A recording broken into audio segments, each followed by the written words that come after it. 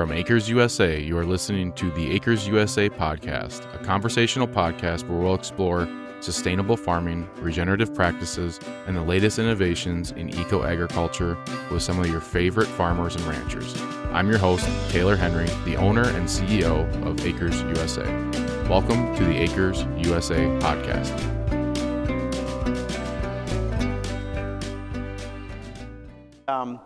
To get started, let's just remember that poultry is really easy to introduce as an agroforestry system, because in our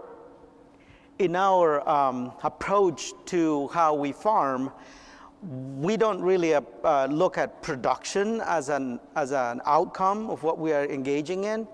Rather, what we are doing is engineering processes that engage the biophysical and chemical processes of the earth itself, meaning we are really just optimizing our engagement with nature. And then as a result of that, yes, there is output that we can harvest, but by thinking this way, we have achieved to outcompete a lot of the traditional linear engineering processes that we are very familiar with. So we'll get to that as we go through here, but this way you start letting your mind get used to hopefully a new language, a new way of thinking about how we operate.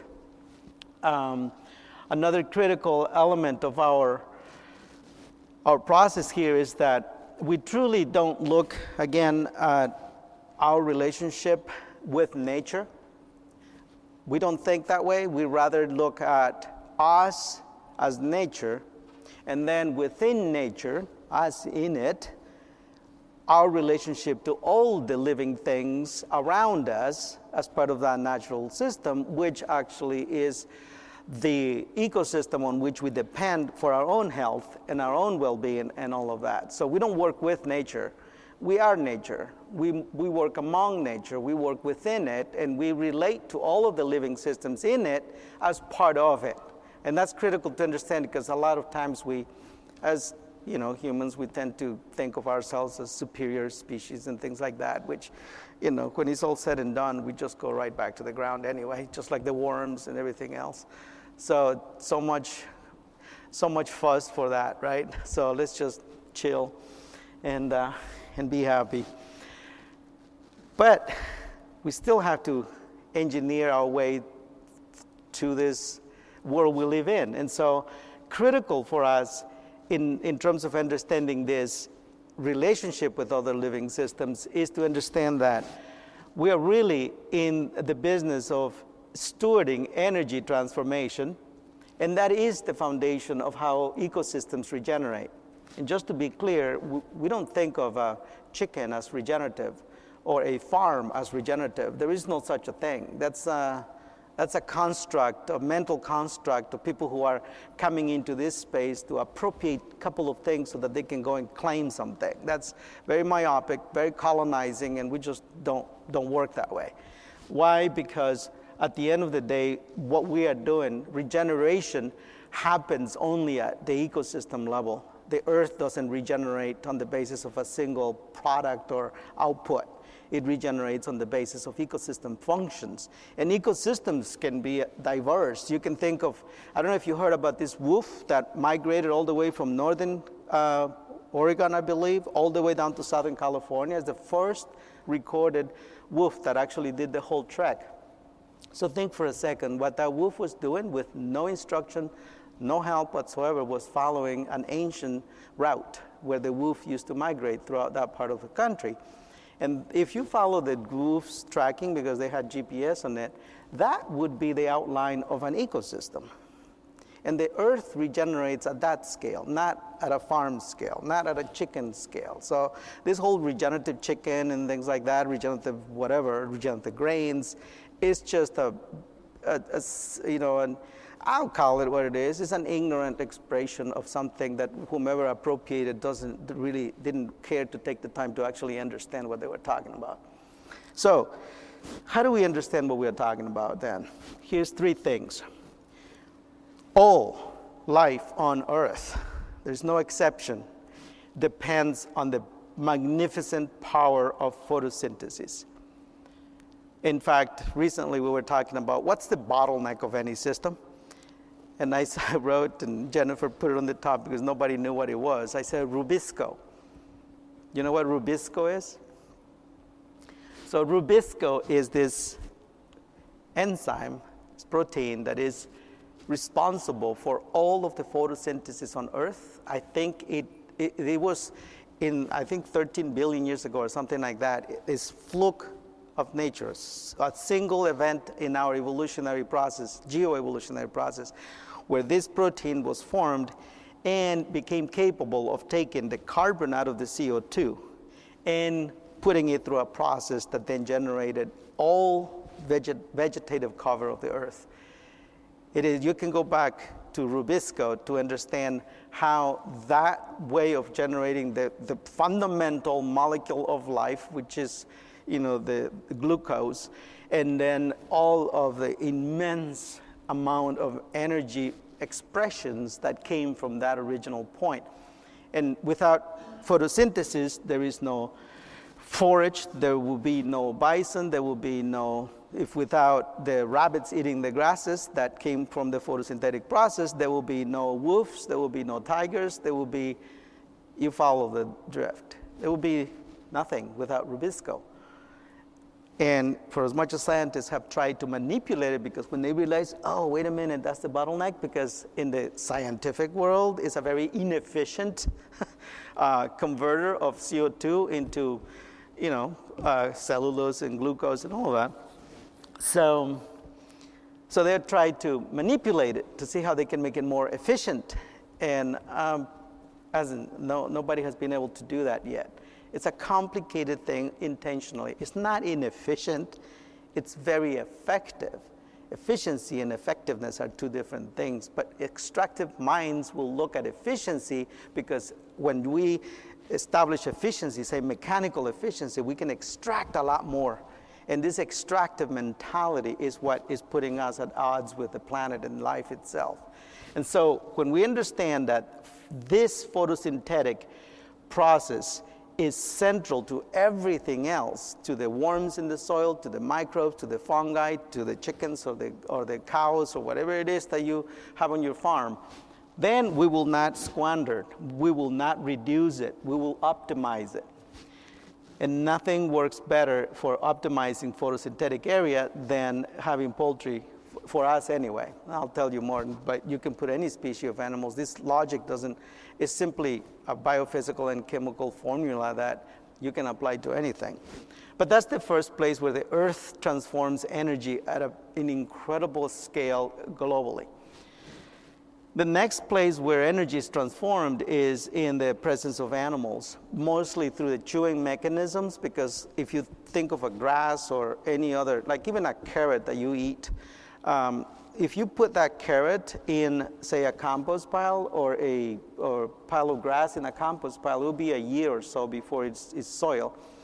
And yet, if you put it through an animal that chews it down, breaks it apart, and then furthermore through the intestinal gut process, the microbiota, it will be broken down further and further and further until some of the nutrients in it, in that element, can be pulled out and used for the regeneration of a body, or whether it's a cow or a rabbit or us, is irrelevant. It's the same process. But if you combine the intestinal tract of all of the living animals on Earth, then you get literally the digestive system of the Earth itself. And it can transform highly sophisticated cellulosic material into manure within 24 hours. And then that manure deposited on the ground can be put through the third layer of energy transformation in the soil within the next 72 hours. So we're talking about 3 to 4 days cycle of energy transformation, something that will take a year or so if you don't have the systems working in an integrated way. And so the third level, of course, I already kind of gave you the hint, is what happens in the soil. So microbiology being the foundation on how the soil cycles energy and transforms into a multitude of different expressions so that then plants can grow, other animals can grow, and so on. So to summarize, we get the three the photosynthetic process, the animal action, and the soil as the three places where most of the energy on Earth is transformed on a regular basis, and that's exactly what's happening on your farm. It doesn't matter if you're in Russia or Guatemala or in Minnesota. It's the same exact process. It's just different biology based on the specific native species of that, environment and the plants that grow there and the animals, but the processes are the same. That's the beauty of biophysics and the beauty of the thermodynamics of the earth that define the processes by which this energy is transformed through the bio, the physical, and the chemical processes that are intrinsic to those three levels of energy transformation. So why are we so trying to get geeky about this? It's because this is where we miss the boat. We go to the farm thinking, okay, I'm going to produce chickens or I'm going to produce cows or eggs without understanding how an egg comes to be to begin with. And when we don't understand that, then you are simply going to be extracting something and then squandering the beauty of the natural design, which took billions of years to perfect itself, and we just come and literally screw it all up. So that's why this is critical for us to understand. So just bring home photosynthesis, animals, and soil. Yes? Spell the term Rubisco. R-U-B-I-S-C-O. So let's talk about chickens. First of all, from an indigenous perspective, the first thing you do when thinking about animals or plants on a farm is you attempt to look at the world from their eyes. So you can do it, recently I've been practicing to look at the world as an oat. So what does the oat look for, right? All right, well, I am an oat. I got short roots, can't go very deep. I can't access water below a certain point. If the soil is not healthy, then my ability to reach out is going to be even more limited. I need sun. I can't really grow in the shade. So somehow I got to find those open spots. Well, so a Savannah oak opening in the Midwest would be perfect. I also don't grow very tall, and the wind would knock me out very easily. And I'm susceptible to certain fungi. And on the story of the oat goes, as the oat looks at the world around itself.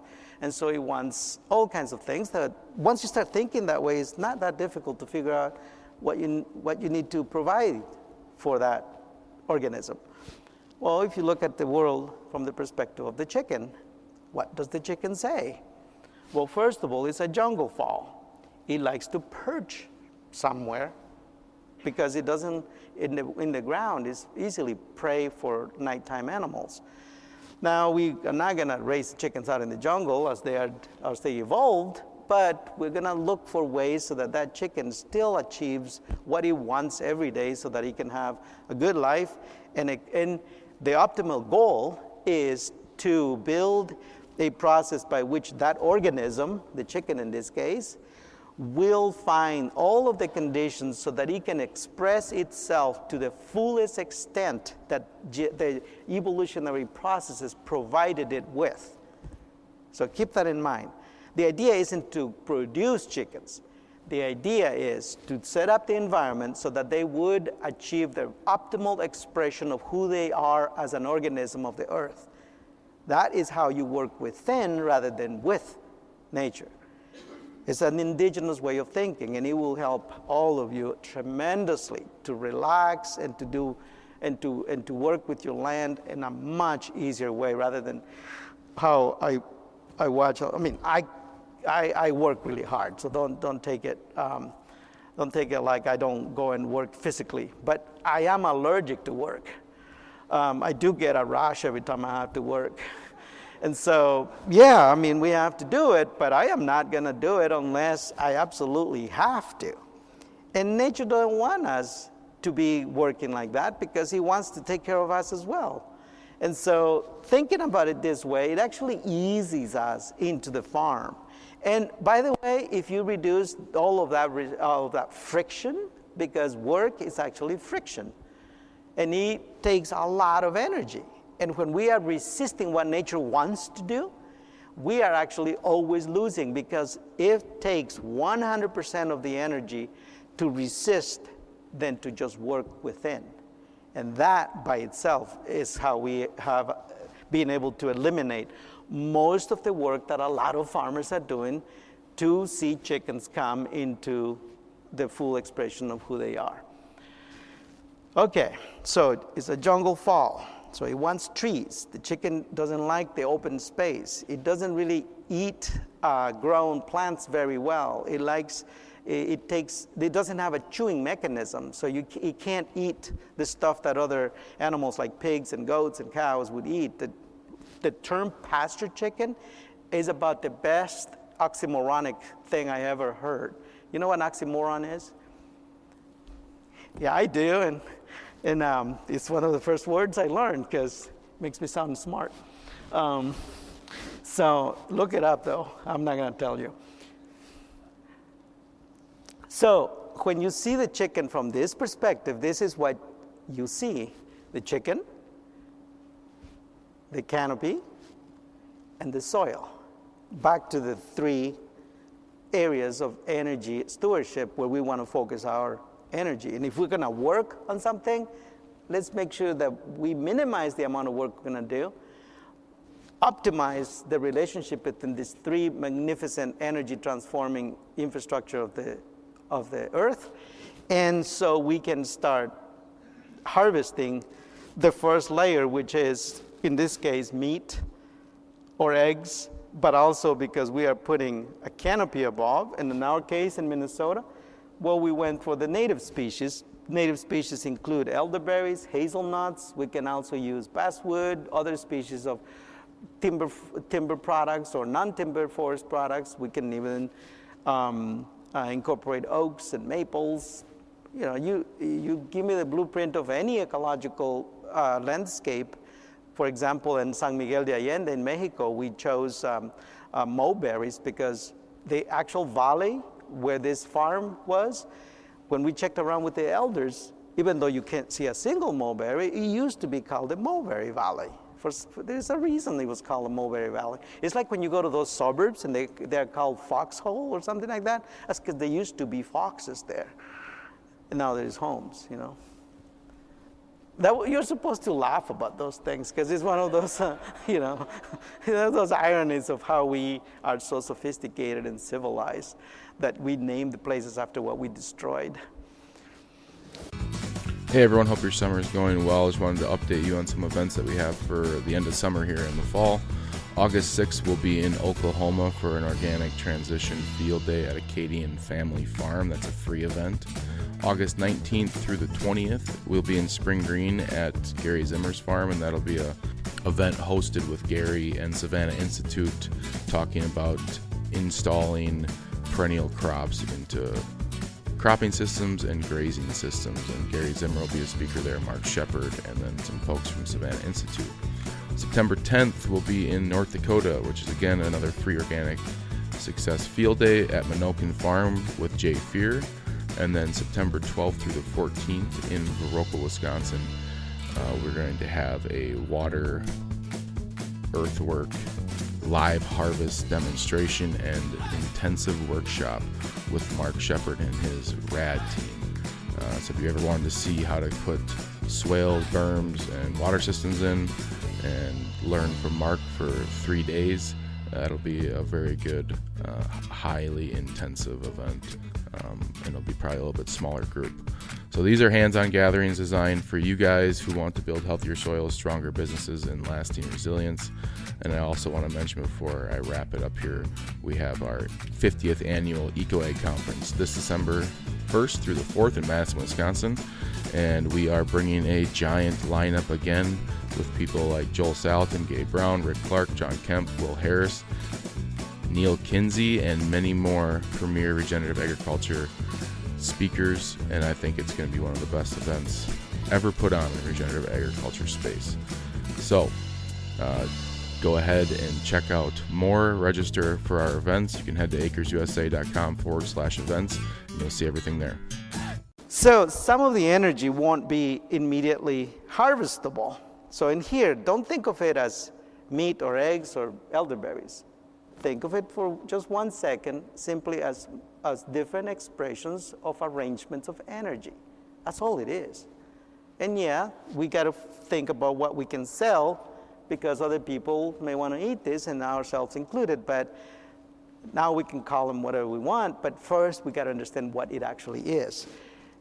So some of the energy, like manure and giblets and feathers, we can't just eat that.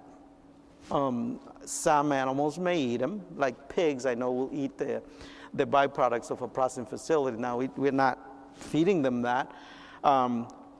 At this point anyway, somebody's going to do that. In Vietnam, for example, that's very much part of the culture and is acceptable. Not around here very much. But so we take that material, which is also an energy that we paid for when the feed came into that chicken and all the inputs came into the process. So it's energy that we don't want it to go somewhere down the river or up in the air or anything like that.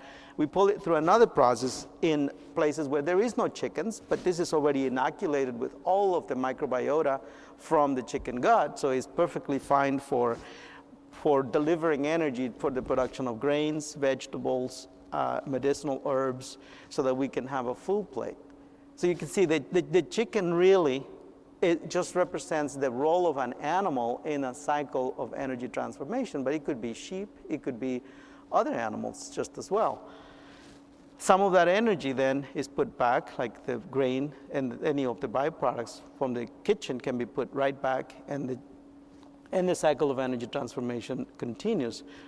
The critical part to understand this here is that on a regular basis, even though we are producing 2 to 3 times more hazelnuts per bush than where there is chickens than where there aren't, we are finding that, and we started to verify this, it's not conclusive yet, but with Chico State University, David Johnson and I were discussing this extensively, and we figured that on a regular basis, we are harvesting only about 30 to 40% of all of the energy that was actually conjured into the system.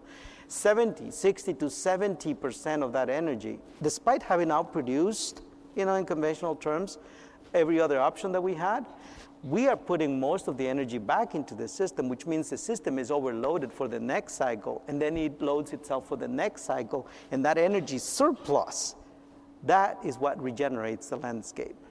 So regenerative isn't about specific practices like no-till or cover crops or things like that. If your energy cycles are still deficient, you are not regenerating anything.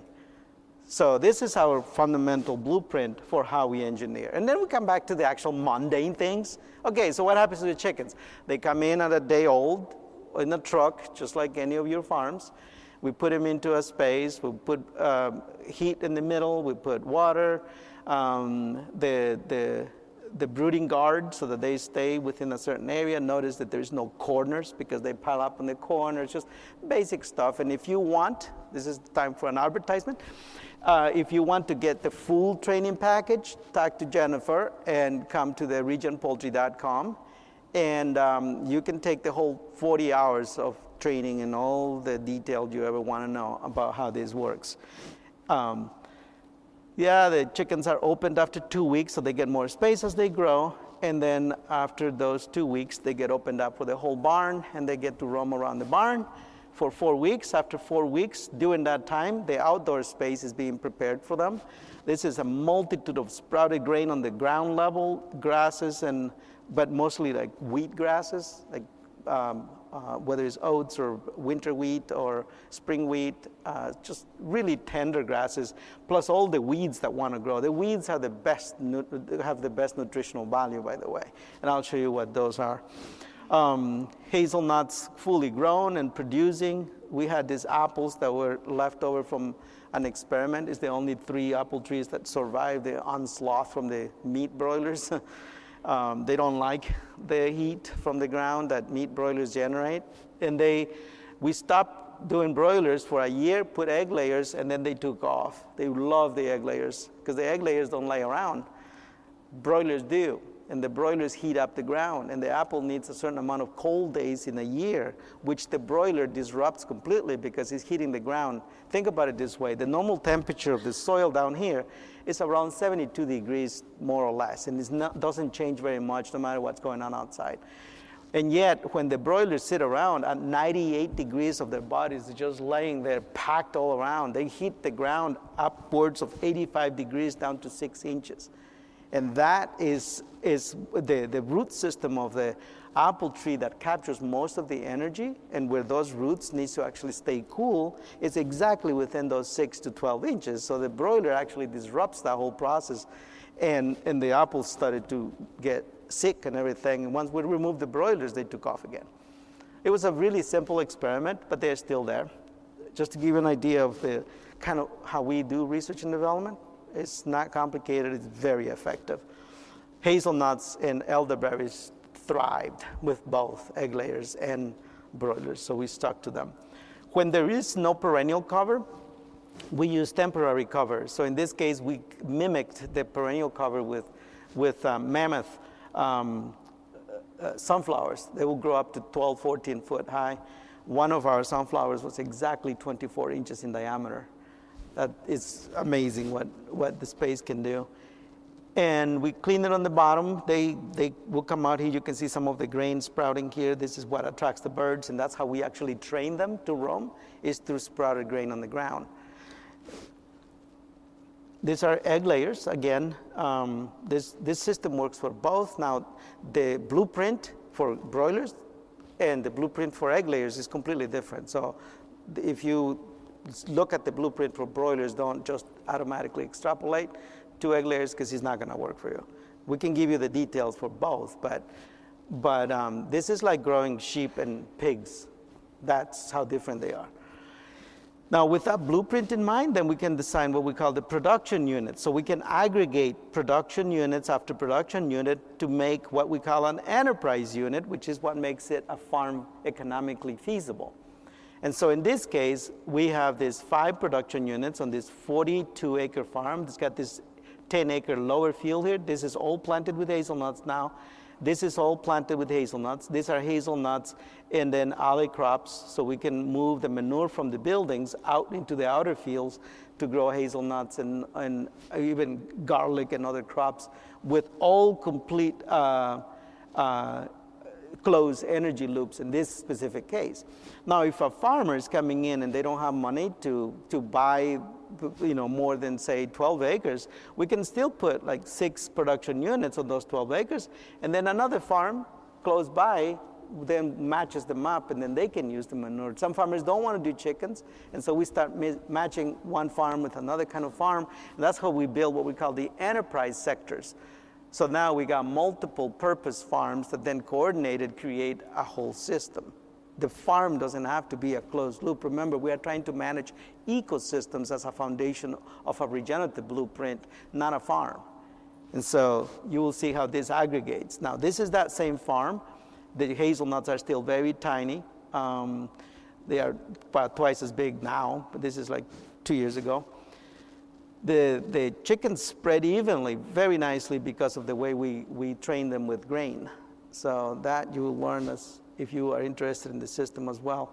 We don't grow just a few chickens either. We're not moving things around. We let the chickens do the work. Remember, you're allergic to work, you want the chickens doing the work.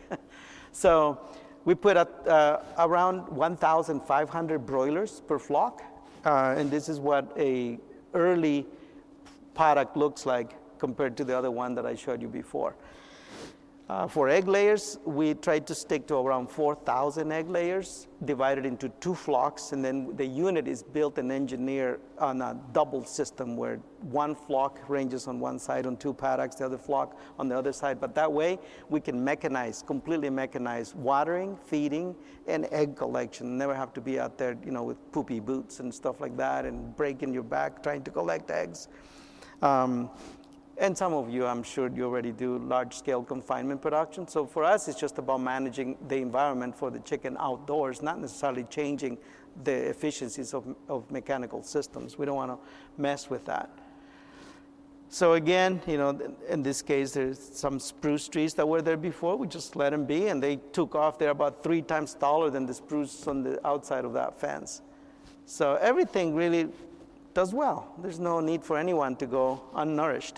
This is that same space that I showed you at the beginning with the apples and the broilers. Once the apples got bigger, they seem to be doing better with the broilers. Maybe they adopted, maybe not. I mean, we figure that's the apple business to figure it out, not ours. And if they don't adapt, well, we don't have to grow them. We can grow something else. Here's a flock that is just in the 3rd day of ranging. You can see their size. Remember their size from the building. But they have already been ranging. That's why they're a little bit timid. But remember, there is no food inside the building. So there is no incentive for them to stay indoors. Otherwise, they are just like us. They will sit around, eat, watch TV, and just be done with it. So so you get an idea of not only the vitality of the animals, but really this is how a chicken, if there is such a thing as a happy chicken, well, those are.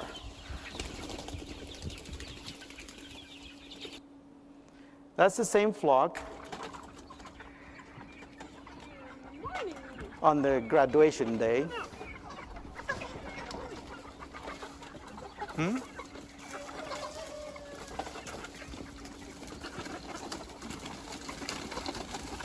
So morning chores are about putting feed out in the paddocks, spreading grain, making sure the watering systems are working, and then opening the door, and that's it. When they are done with this paddock, eating it up, then we open them to the other side. What you see on the ground there, that's comfrey. We feed comfrey towards the last days so that they develop really strong bones. You see how those chickens take leaps from the building? You don't see those chickens flapping around with those broken legs and inflamed joints and all of that. That is very common for a lot of farmers. None of that. You won't see any of that, and that all has to do with the forages that we encourage. But not only that, comfrey also grows in average up to 30 times more biomass than almost any other forage you could grow. It's got those tiny little needles that you will see, the fuzzy stuff. That's actually silica, which is central for the actual healing of skin stuff. In fact, it watered with silica. You can just rub it on your rashes and, it takes care of that. Well, this way the animals are ingesting it, but because it's in a biologically available form, then the chickens can turn that into immunoresistance. I mean, I could go on and on this. One single move like that transforms the health of those animals. And then we have layered multiple strategies like that so that as a farmer, you just got to watch the chickens grow and do what they are doing. Those are 4 to 4.5 chickens dressed, so that we're talking about 5.5 to 6.5 pounds chickens live. The manure is layered too. Outside, when we grow traditional corn or other crops, you can just layer it and plant straight into it in the next spring. We normally do the traditional 2-to-1, so we take 2 parts or the organic matter. In this case, we are buying semi-loads of wood chips. This year alone, about 12 semi-loads of wood chips. And then we put 1 part poultry litter from the barn, 2 parts wood chips. And, well, I will get to that in a second, what happens next. But this is part of the harvest now from those same spaces where we raise the chickens. The hazelnuts, in this case, we're talking about high nutrition density products, because one of the things we notice is that across the Midwest, we've got about 500 farms that are being tracked, monitored, and hazelnuts are harvested. So when a nut is grown, you can have it full with a kernel inside, or it can be empty. Sometimes it's empty because one of those weevils got in and ate the kernel, but most of the time it just didn't fill, because there is not enough nutrition in the ground, and the hazelnut knows that if it does that, it puts itself at peril, so it doesn't fill the nut. Well, in average, we're finding 30 to 35% empty nuts on a regular harvest. Our average, 5% empty nuts. The total nuts per pound, in this case, was 240.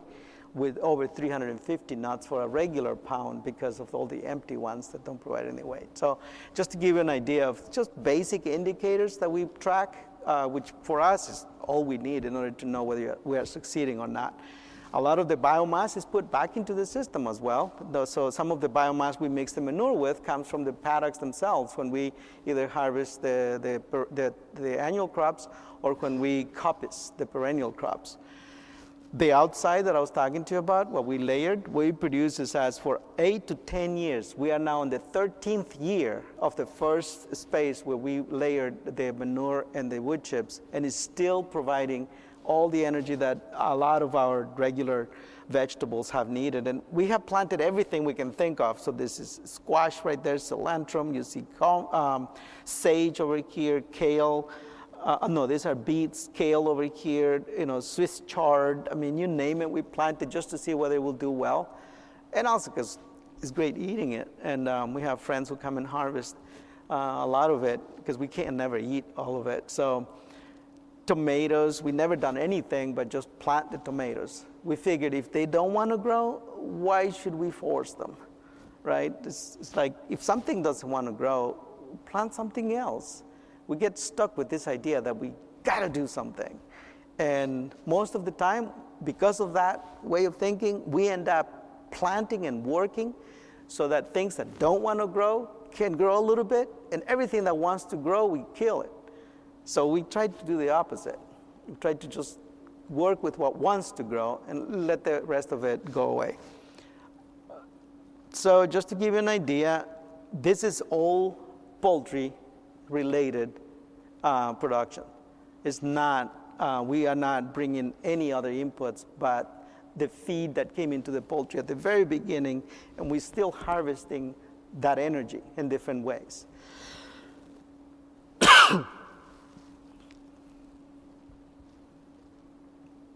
These are black beans, brought in from Guatemala. Now we have completely modified and adapted them from 6-month life cycle to 3 months.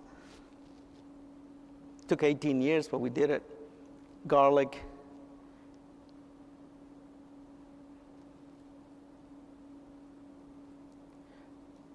Okay, so you got the idea of working on energy transformation instead of production and still achieving a significant production, conventionally understood. But what about the feasibility of the enterprises? So let's say I have an egg farmer. I'm an egg farmer or a broiler farmer. I mean, as a farmer alone, I'm nobody.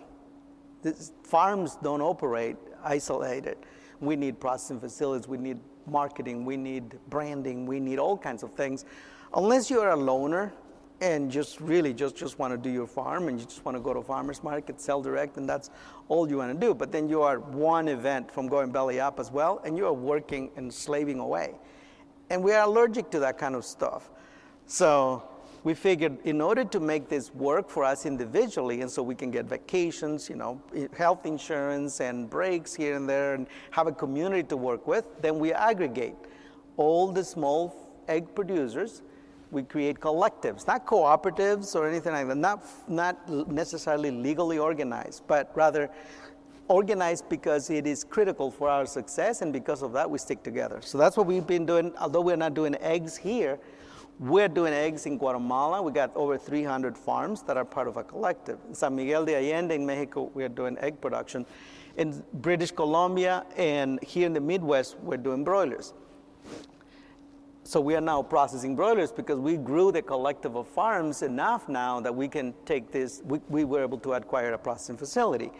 Now, as a farmer, you're never going to be able to do that. And if you, say, got 3,000 acres and you can grow enough chickens so you can have a processing facility, you're just going to kill yourself even faster if you try to process your own chickens as well. I don't know if you ever done that, but I wouldn't do it.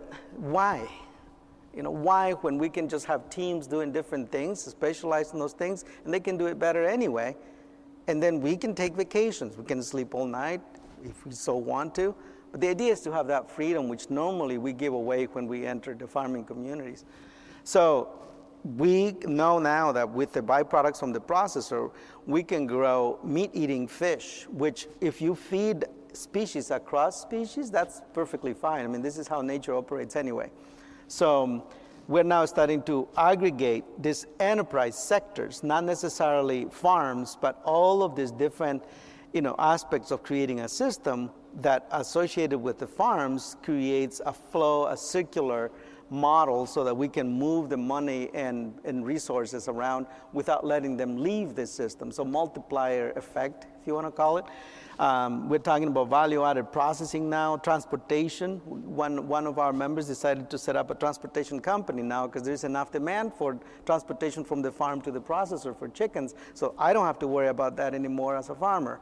And they can do it more efficiently because they bought a bigger truck and a bigger trailer and all of the cages. And, cages are, $150 each. So I don't want to be dealing with any of that. And they get to make money and go home and sleep while I do the chickens and they do the transportation and so on. So if you ever loaded chickens, you don't want to get up at 4 a.m. again the next morning. It's just not conducive to good family relationships. Hey there. Did you attend our EcoAg conference this year in Madison, Wisconsin? Well, if you didn't, or if you did, we've got the recordings now available. Get on-demand access to every session with the EcoAg recordings. Learn directly from the pioneers of soil health, livestock integration, and profitable regenerative systems, all at your own pace. Speakers include Gabe Brown, Alan Williams, John Kempf, Joel Salatin, and a lot more. We also have additional products that include the full-day workshops done by Matt Powers, John Kempf, Nigel Palmer, Jordan Green, Mark Shepard, and Austin Unruh. These workshops are in depth and will help you dig deep on the presenters' topics. Grab your recordings now at conference.eco-ag.com/24 recordings or find the link in the notes. Because the best investment you can make is in your own knowledge. Now back to the show. So the idea then is to integrate all of these enterprise sectors, not farms, but rather networks of farms, like the grain producers now in around the southwestern region of the state, supplying the grain elevator, which just joined the system as well. So now we are managing grain production. We are bringing in the alley cropping systems, rotational systems, all of those things into this, which allows us to also produce some of this grain for commercial purposes from the system. While the byproducts, or the screenings and all of the byproducts can go right back to the poultry production system, either directly or through the grinding facilities and then distributed back. So the energy, we never lose that energy cycle, and we capture that 70% that we were talking about, which is real money when it comes down to it. That's where the money is made to begin with, not on the raising of the chickens. So at the end, what you have is a fully integrated system where you can justify, services. And this is where the Regenerative Agriculture Alliance comes in, because now we can build an alliance of all of these sectors and those supporters, legislators, investors, and so on and so forth, so that we can then deliver enterprise management, financial management, land management, organizing, R&D, training, extension, because there is sufficient demand and throughput to justify doing those things. And now we can all make money instead of just trying to figure out how I make money on a farm, because also these enterprises can be collectively owned. So maybe I lose money on the farm, but I make it all the way up the supply chain anyway. So if I'm growing something that is critical for this system, but not necessarily profitable, it won't matter anymore, because I can make profits up the supply chain because I own that too. So that's what I'm talking about when I'm talking about systems. And of course, come back to it. You want to get training, this is where you go. We're trying to consolidate all of the training material, curriculum, everything into one platform. We now have a 75-acre farm we are deploying for hands-on training, and we're about halfway through deploying the virtual part of this. Salvatierra Farm is my family farm. That's where we're going to be deploying this. So I'll be personally training you all if you come out there. This is the farm story quickly. This is what it looked like when we got it, corn on corn on corn for like 40 years or something like that. This is the blueprint of it. This part here is 13 acres. The whole thing was 86 acres, and Jennifer and her husband bought this 13 acres, so we are now business partners and neighbors. And this is woods, which we are managed for a different purpose. The chickens, the broiler units will go here, 12 acres of them, and an egg-laying unit up here at 8 acres. This is the difference just a month and a half ago. This is the neighbor's field just harvested. This is the transition of our new land. We took a year transition where we planted it with a pasture. We put a nursing crop of barley, and we just mowed it and kept it there. It's the year to harvest carbon, not to harvest grains. And we did watered management systems. This is the lower spot. We created this ponds to capture the water, not only because we don't want it going down, but also because we want to measure how much residue, how much runoff, or any of those things so we can evaluate success. This is the nursing crop that we put, and below this is the pasture that you saw before. So after we mowed this under, then the pasture took off. Most of you probably are familiar with a process like this. This is what it will look like eventually with the hazelnut rows and the foraging areas in between. Right now, the hazelnuts are still very tiny. We just planted them last spring, 8,200 of them.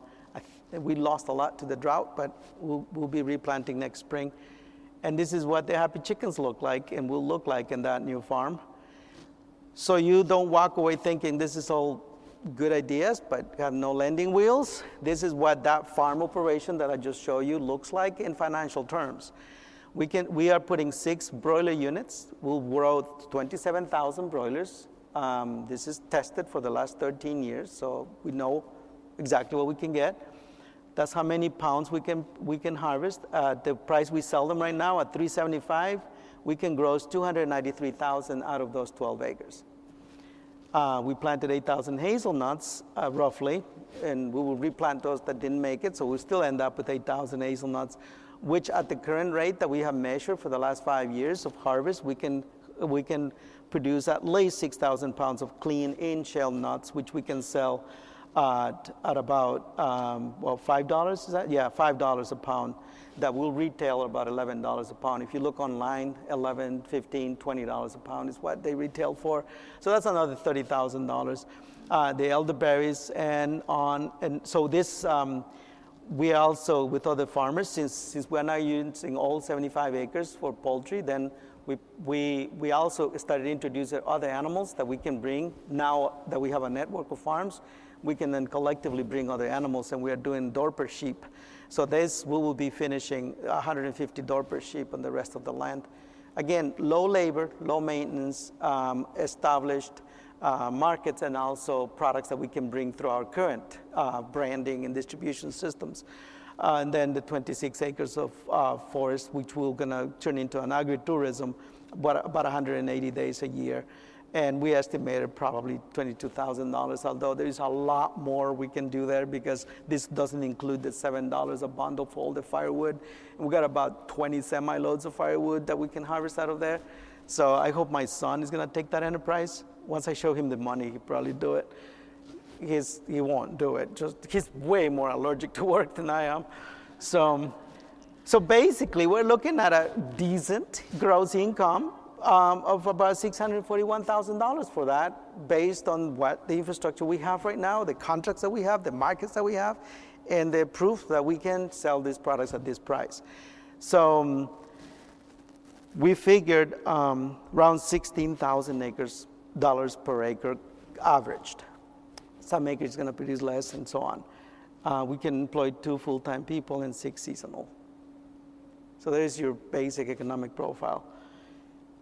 Now, the beautiful thing is that we have achieved to integrate the photosynthetic, the animal, and the biological systems of the soil to produce an incredible set of environmental benefits that would be exactly the opposite if you were growing the field next to us, averaging $1,200 to $1,400 of gross income a year instead of $16,000, and wrecking the planet in the process and producing no food anyway.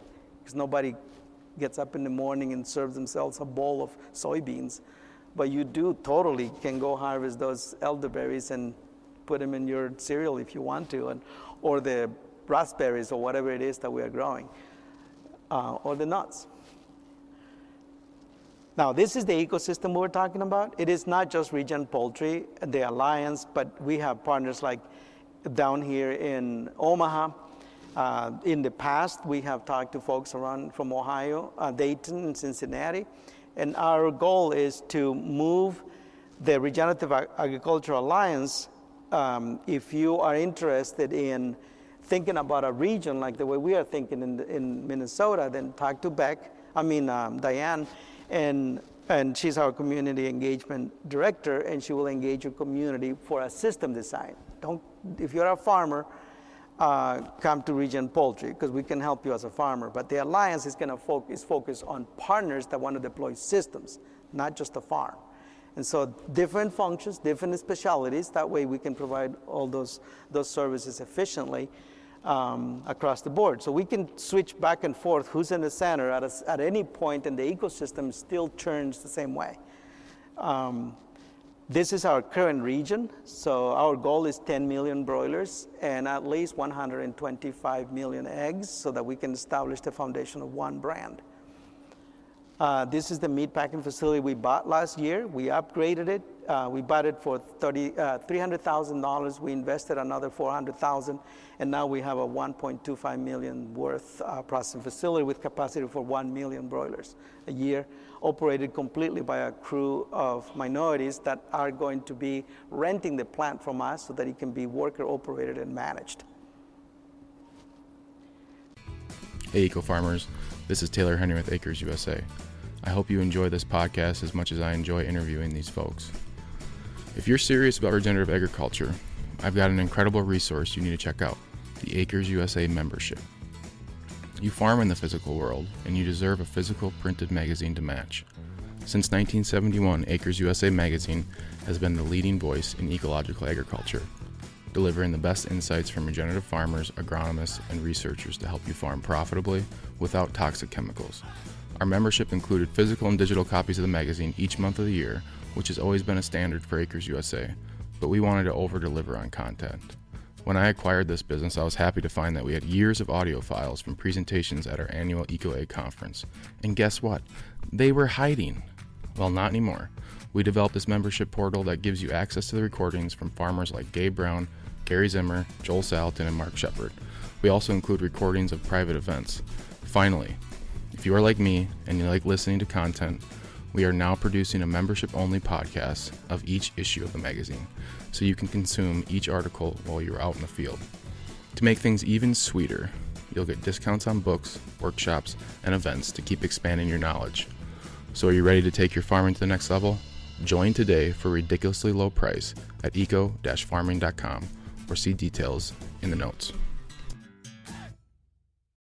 This is our organizational system. We don't do horizontal, hierarchical, colonizing management. Instead, what we are doing now is, these are all of the poultry producers. And in March this year, we're gonna come together to organize in different clusters so that we can build the Regenerative Poultry Council, which will be then the governing structure for the poultry system. And that will have the authority to implement the standards, to monitor farms, to provide certification, or accredit certifiers to go and certify the farms, all of that. The key here is do not let that part of the governance, especially in the control of the system, go away from the farmer's hands. Once it goes, then it becomes another extractive system, no different than organic and other systems that now extract our wealth instead of supporting our communities. So again, just to show and to lay out for you a whole different way of thinking, and not only that, but also reorganizing the way we work with animals. We use chickens, that's our main thing. But the blueprint of the process, like I said at the beginning, to conclude, is simply a design where we have taken nature's blueprint and reorganized that for ease of moving through the energy that needs to be transformed so we can have food for everyone. What do you think? Pretty good?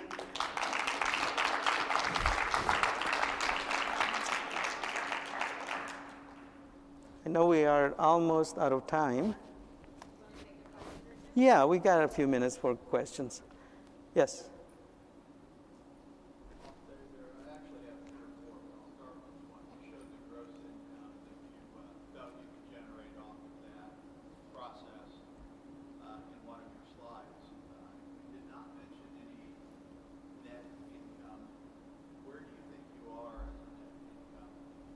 So the question is about what would be the net income out of that economic profile. And there's a very simple reason I don't get into that, because net income is really the result of how a farmer may manage their operation. And there is no farmer who manages their operation the same way. What we can give you is a blueprint. But for example, the net income of one of those farms in average is about, for me, is about $1 per chicken. That's what I take home. Now, there was a farmer who chose not to put a grain bin and instead started buying bags of feed, put them in the barn, and then every morning we'll go to the barn, and then he got messy, and then he tripped over. He hurt himself, was picking up the bags, going out there, opening them up, putting them in the feeders and all of that. He was spending about 4 hours to do the exact chores that I was doing in half an hour, and hurting himself. Now, that farmer isn't going to make much of a profit. That's not the system's fault. That's how the farmer chose to manage. And so that's why we don't get into profits, because it's up in the air depending on how people are going to manage the system. Also, a farmer by themselves, an example on how this can change really quickly.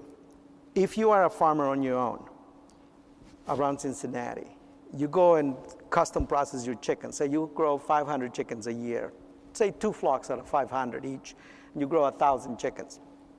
You go out there and pay $5 to get them processed, or $4.50 or something like that. Then you bring them home. You got to haul them over. You got to hold them back, and then you say you direct sell them. You may sell them for $4.50 a pound instead of $3.75 or $3.50 like we sell them wholesale. But you now have all of that extra cost. Now, in the same farmer, part of our system, for example, will be able to have those chickens picked up on their farm, brought to the processor. The processor will process them not at $4.50 or $5, but at $3.40. Now, some of those, the farmer on their own had to bring them home and freeze them themselves and spend money freezing them and then handle them. Well, this way, the farmer gets all of the advantages of the system and still can bring the chickens they want to sell direct back home. That chicken is going to be $2 to $3 more profitable at the end than the chicken that the farmer grew on their own, not as part of the system. So those are 2 examples of how profits can wildly vary between a farmer and another. And so what we give you is just the blueprint. And then how you make money on it, we can show you how I make money on it. And then you can decide how you make money on it. You had more questions too. But hold on a second, let's just go. How much of the forage and feed can you produce within your system, but excluding grain production that's coming in from other farms? Well, that changes too, because some of the farmers that we're working with, they don't have money to buy more than, say, 10, 12 acres, or rent 10 to 12 acres. So for them, it doesn't make any sense to be trying to produce grains or anything. It's just focus on the chicken.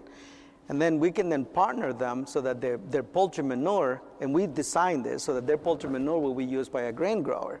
And that grain grower may not want to grow chicken, so that they just focus on grain. So the idea is to flow the grain. Our idea isn't to have farms that are so enclosed that you would become another one of those standalone farms. One thing. The second thing is that, to your question about the ratios, we can push the envelope quite significantly. So 3 years ago, with the other agronomists, we did an experiment, and we took one regular flock, came together with a control flock at a regular farm, and then we took this flock and we fed it. We started feeding it sprouted grain indoors before they went out. By the time they went out, they were used to the sprouted grain, and then we started sprouting grains at large scale outside. We removed the feed, the buckets, and the ground up feed 4 weeks in a row, 0 feed. And we fed them completely a mix of 9 grains that we formulated based on the nutritional value of each, which then turned to be very, very difficult to calculate, because the grain put in the ground completely changes its nutritional profile. For example, iron went from 28 parts per million to 2,900 parts per million. protein tripled in some of the grain, and it reduced by half in some of the other grain. On average, we had double the amount of protein in the grain once we sprouted it. So all of that, we had to completely recalculate it, but it worked. And we had them out there 4 weeks in a row. Those chickens, we were able to produce them at exactly $2 less of feed cost than the control flock. Now, it required a lot of work because we were doing this manually with the experimental, and so we started figuring out what kind of equipment we could use to spread grain at a larger scale with mechanizing ways. And so the new farms, this farm that I'm building now, is going to have an irrigation system installed, and it's a sprinkling system because the purpose isn't to irrigate plants, is to germinate grain at a large scale. And in that case, we're going to completely hack the whole process by which you grow chickens. Because then we're going to talk about real profits, because feed is already 60 to 70% of the cost of a pound of meat or a dozen eggs. So this is the kind of thing we're doing. Just back to your question. Yes, I'll keep. What you just talked about, have you done the math on the dry matter demand and what you're purchasing versus what they are getting from the forages that are grown? No, we haven't. We tried a few times, but the thing is, in research and development, you can only measure one factor at a time. And there is no methodology for measuring all of these factors that we are working with. So what we have been doing is doing a bulk factors instead. So for example, we took all 9 grain mixes, and then we tested all 9 grains. So now we're taking one out at a time and evaluating them. So we have these 2x2 squares that we'll put on the ground, spread the grain, and then pick those up and send them to the lab. And then we'll remove one grain to see what happens to the rest. It just happens that if you put one grain, it will generate one profile. If you put another grain with it, it completely changes the profile of the very grain that you had before, now with the companion. And the more you do that, the more variety you get. So the extrapolation, the probabilities are so vast that we actually haven't been able to get good data on those specific practices. And then we also started to realize, do we actually need them? Isn't the outcome, in this case, the outcome is more important for us. And the outcome is super healthy chickens, mortality less than 4%. Now, if you grow chickens, 15% is actually acceptable in the non-conventional system. We got less than 4% mortality. That's the best indicator of the health of the animals and the outcomes that we are achieving. So, but we will keep going on this, and we're not going to stop researching. Thank you for listening to the Acres USA podcast, a podcast production of Acres USA. Find us on Spotify, Apple, Google Play, and other popular podcast platforms. Acres USA is North America's oldest publisher on production-scale organic and regenerative farming. For more than 50 years, our mission has been to help farmers, ranchers, and market gardeners grow food profitably, regeneratively, and with nature in mind. Find our books and other Acres USA media and learn about Acres USA events at acresusa.com. Read our online magazine at members.acresusa.com, and we'd like to thank Acres USA staff for their contributions to producing this podcast. This episode was edited and engineered by Weston Larson of Acres USA. We're grateful to our guests for taking the time to talk with us about their experiences.